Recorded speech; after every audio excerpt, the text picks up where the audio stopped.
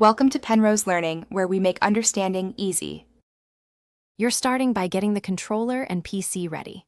First, power on the controller and confirm batteries or charge level so you don't interrupt setup.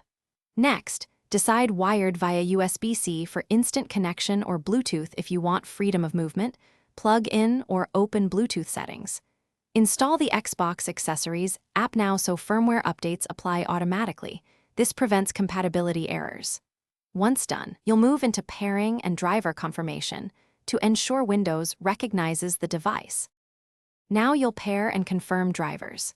If wired, connect the USB-C cable and let Windows install drivers. You should see a confirmation tone.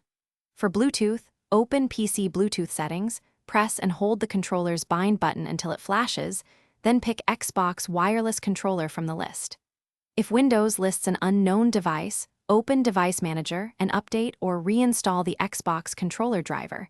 This fixes most recognition issues. Make sure the Xbox Accessories app reflects controller status before testing inputs in a game or controller tester.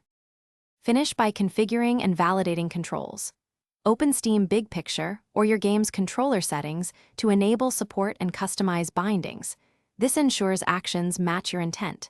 Calibrate thumbsticks and triggers in the Xbox Accessories app or Windows joystick settings to remove drift and improve responsiveness. Test every button and axis in a controller tester or within a short practice session. If something fails, restart Bluetooth, repair the controller. Try a different USB cable and ensure firmware is up to date. That single troubleshooting tip resolves most issues. Thanks for watching. If this was helpful, leave a like and consider subscribing. See you next time.